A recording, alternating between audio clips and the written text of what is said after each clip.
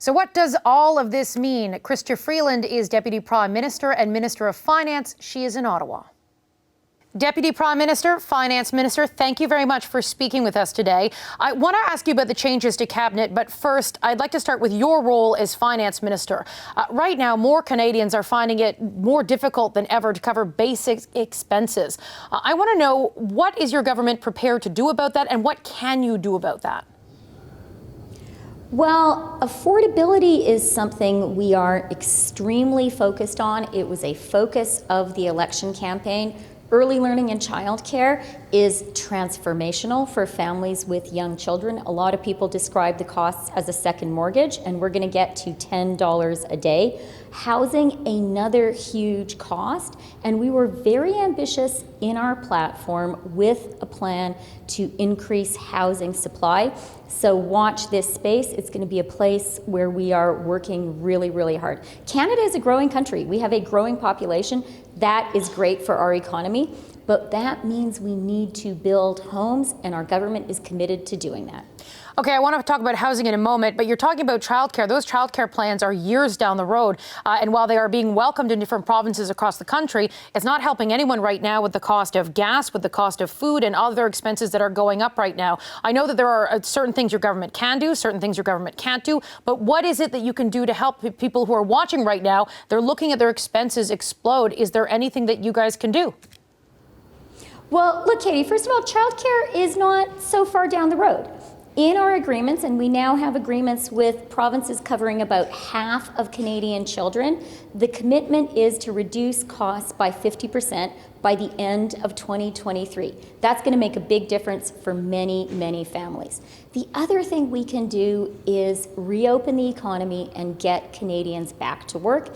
And I am delighted to say that thanks to the resilience, the ingenuity of Canadians and Canadian businesses, we are getting there. We have now, the September numbers, the September jobs numbers were really, really strong. We have now recovered all the jobs we lost in the depth of the COVID recession, 100%, compared to just 78% in the United States. So having a job, the most important thing for every family, and there is still work to be done, but I want to say to Canadians, we are making really good progress. 2023, though, that's still a couple of years away. What do you say to the families right now who are struggling? Well, that we need to have a plan for jobs and growth and affordability, and that is something we are relentlessly focused on. And I will say one other thing, which is we are winning the fight against COVID, but we are not 100% there yet. And the single most important economic policy still today is for us to all get vaccinated. We are soon, I hope, going to be in a position where children under 12 can get vaccinated too. And really getting that done, absolutely key, because I know no one in Canada wants another lockdown. We can prevent that by getting our vaccines. And the good news is we have bought a lot. COVID, you mentioned COVID. It has placed unprecedented strain on healthcare systems across this country. The premiers are united in their demand for an increase in health transfers. When can the premiers expect to have you address those concerns, one way or the other? Well, as I know you noticed today, Katie, we have a fantastic new Minister of Health, Jean-Yves Duclos, someone with whom I have worked very, very closely. The head of the Treasury Board and the Finance Minister always work really, really closely together. And I know that Jean-Yves is going to do a fantastic job. I think we need to be clear that COVID has strained our healthcare systems. It has created a tremendous backlog of needed surgeries, and our government committed in the election campaign to be there to support provinces to get through that backlog.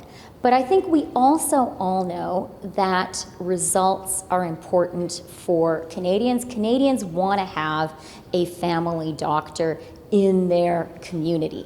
Canadians want to have enough nurses. And so we also are going to really, really need to work on ensuring that any additional money that the federal government contributes to the healthcare system delivers the results that Canadians need. So does that mean more money is coming as long as there are requirements as to how it's spent? Is that what I should interpret from that answer? It means what I said, Katie, which is, and I don't mean to be cute there, like, you know, I would divide the problem into two parts. Part one is we do need to spend some money to get through the COVID backlog, and we have been clear that we are committed to doing that. And by the way, we have been directly supporting healthcare systems across the country throughout COVID. There is also, though, and I think Canadians really understand that, sort of longer-term challenges with our healthcare system, which overall I think we also need to recognize is excellent and has been getting us through this.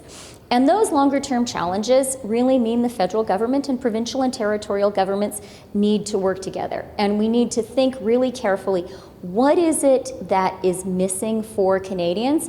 And how can we work together to ensure that if we're going to be committing additional resources, how can we be sure that all of us can then, look Canadians in the face, look Canadians in the eye and say, yeah, we're spending a little more money, but these are the results you're going to get. You mentioned housing. Canada's housing market right now continues to explode. Homeowners, on one hand, are seeing their investments just increase in value at rates that we've never seen before, while there is this new generation finding it nearly impossible to get into the market. We've not heard a clear position from your government. Is Canada's hot housing market a good thing? The clear position from our government is we need more supply. Middle-class Canadians and young Canadian families need to be able to buy a home if that is what they want to do.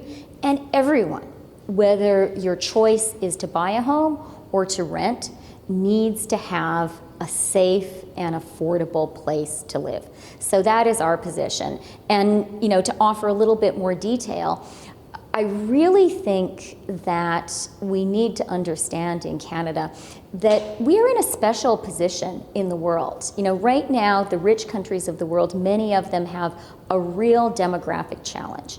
Because Canada is a country which is open to immigration, and by the way, that is a huge driver of economic growth, we have a growing population. But a growing population means we need to build homes. And I see a real dawning recognition of that in cities like Vancouver, Toronto, Montreal.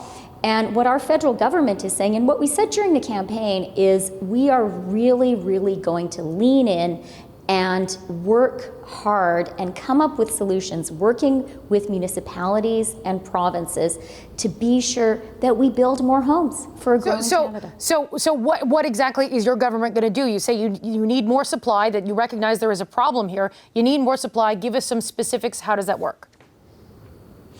Well, the specifics require that we work with municipalities and provinces. Fixing the supply problem is a little bit complicated because there are real challenges when it comes to issues of zoning, when it comes to where exactly we're going to build those homes.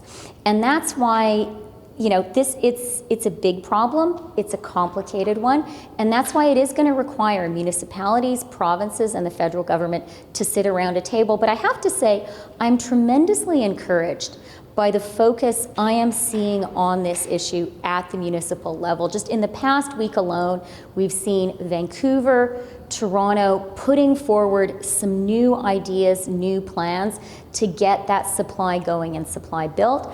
And one of the things I am really looking forward to is working closely with our outstanding new housing minister, Ahmed Hussein, to really get to the root of this problem and to solve it for Canadians. I want to ask you a little bit about cabinet today. There are some significant changes, and the Prime Minister said, quote, "There is a crisis within the culture in our Canadian armed forces.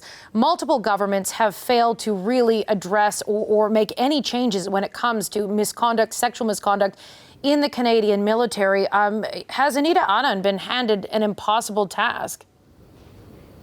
Absolutely not. I worked extremely closely with Anita throughout COVID. I was chair of the COVID committee, and she was one of the key ministers there. She has been doing a fantastic job on vaccine procurement, and before that on procuring PPE. She is strong, she is smart, she is tough. Yes, this is a real challenge. I absolutely know she is up to it, and I know that Anita knows. She has the whole government there to work with her on this and support her. And I'm even going to say, I think the whole country is going to support her and our government in making a real deep transformation. We're running out of time, so I just want to ask you really quickly, what message does it send to the energy sector? What message does it send particularly to the province of Alberta with the new Environment Minister, Stephen Guilbeault, who of course is a former climate activist? The last election made absolutely clear something which I think Canadians have known for a while, and that is that our country as a whole is really clear that climate change is real and that climate action is absolutely essential. And by the way, that is a conclusion that the overwhelming majority of the world, particularly the industrialized world, has come to that conclusion. Canada is a trading nation. And so we need to be sure that the stuff we are making and producing and exporting is the stuff the rest of the world wants. And so I really think the question now when it comes to climate action and the green transition is, can Canada act quickly enough that we are not left behind in this global transition? And our government is really committed to ensuring that we are at the front and not at the back. And I personally believe, you know, Katie, I love Alberta as a daughter of Alberta, and as a Canadian finance minister, I know how essential the Alberta economy is to the Canadian economy. And I also know how essential Alberta jobs are to jobs across the country. So I see Alberta, Alberta labor, Alberta business, Alberta political leaders as being key partners in climate action for the whole country. And the leaders in Canada's oil and gas sector agree. Minister Freeland, Deputy Prime Minister Freeland, thank you for your time today. Okay, it's really nice to talk to you, Katie. Hi, I'm Vashi Capellos, host of Power in Politics. See more of our show by subscribing to the CBC News channel or click the link for another video.